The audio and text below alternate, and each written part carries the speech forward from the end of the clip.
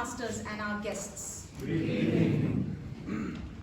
Today my time with you is to dwell upon one of the world's biggest problems. Before I move on, I'd like to know from you, what do you think are the problems that we need to focus on more? The world's problems. Anyone? Poverty. Yes? Climate change. Yes? Water Okay. crisis. Sorry? Water crisis. Yes. Moral education. Climate change. Yes, climate change. Discrimination. Very good, okay. Traffic. Sorry? Very good, okay. Yes, thank you. The problem which I'd like to focus on is the loneliness epidemic. I remember when I got married and moved to Dubai, mine was an arranged marriage, so I didn't know my husband too well. I didn't know anybody in Dubai as well, but neither did I make any attempt to. I would sit all day and make these National Geographic picture puzzles. The year I went there, I got my driving license. But I was so afraid that my husband will make me independent and make me go places alone. I refused to drive. After 8 lonely years, we moved back to Bangalore. Beatle and songwriter Paul McCartney writes in his song, "To all the lonely people, where do they come from? The truth is that there are lonely people everywhere." A survey conducted by a US-based association called AARP says that 1 in every 3 people, adults, suffer from loneliness. The health impact of loneliness is damaging. It's as serious as smoking 15 cigarettes a day. Another survey conducted with 20,000 adults said that 54% of people didn't even know one person who knows them well. We all have many likes on social media, but may not feel actually loved. Many comments on Facebook, but don't have anyone to have an actual conversation with. Ashish Hemrajani, the founder of Book My Show, closed his Facebook account when one of his dear friend and colleague passed away. That friend had 1,500 friends and several hundred condolence messages. But do you know how many turned up for his funeral? 6.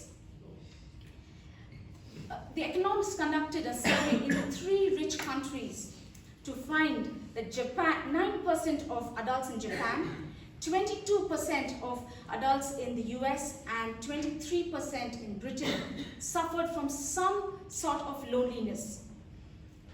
In Jan 2018, the then Prime Minister, Theresa May, even appointed a minister for loneliness. But in India, we haven't got that focus as yet. The economic survey done in 1617 said that the interstate migration of workers stood at 9 million people moved from state to state. It was much more than, it increased between 2011 to 2016. Many youngsters moved to Tier 2 and from Tier 2 to Tier 3 cities to the main cities to build a career and a life. But they may know people in the city but yet have no time to meet them. And that may end in anxiety, depression, and loneliness. There are several ways to overcome loneliness, but I'm going to focus on just 2. The first is that invest your time and experiences, invest your time and money in experiences rather than things. The thrill of buying new things quickly fades away, but experiences, on the other hand, can last a lifetime. In other words, buying a new iPhone can bring a smile to your face, and going on a shopping spree can get you all excited. But once you're used to those things, it just seems normal. On the other hand, experiences can just last. It never goes into them. It never gets. It never dies. Learning a new language, meeting new people, spending time with your friends and family can can be with you forever.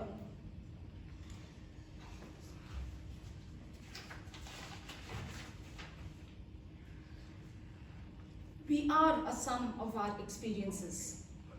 Most of the experiences we spend with family, friends, even strangers. But the beauty of an experience is that even after the moment is past, you have a story to tell. I have quite a weak memory, but I still remember this. 20 years ago, when I finished my graduation, my friend and I both got jobs immediately, and we wanted to treat ourselves.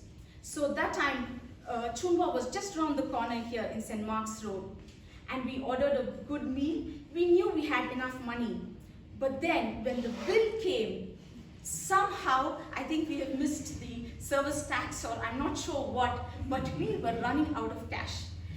We pulled whatever coins we had, we put that in the bill, and then I still remember both of us gave that waiter a Puss in Boots looks like, please, take it.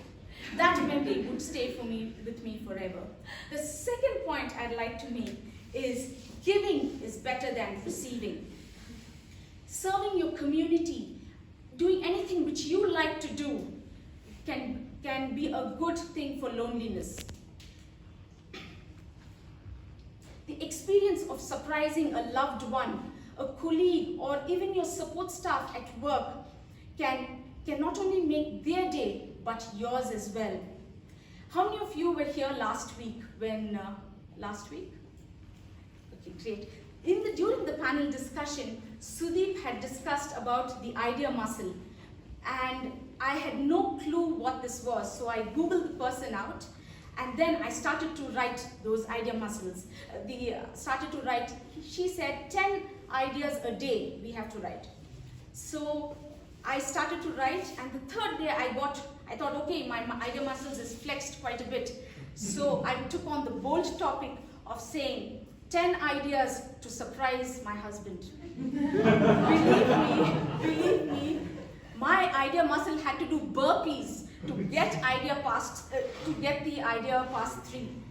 Eventually I did complete it, but now the joy will be to actually bring it to pass.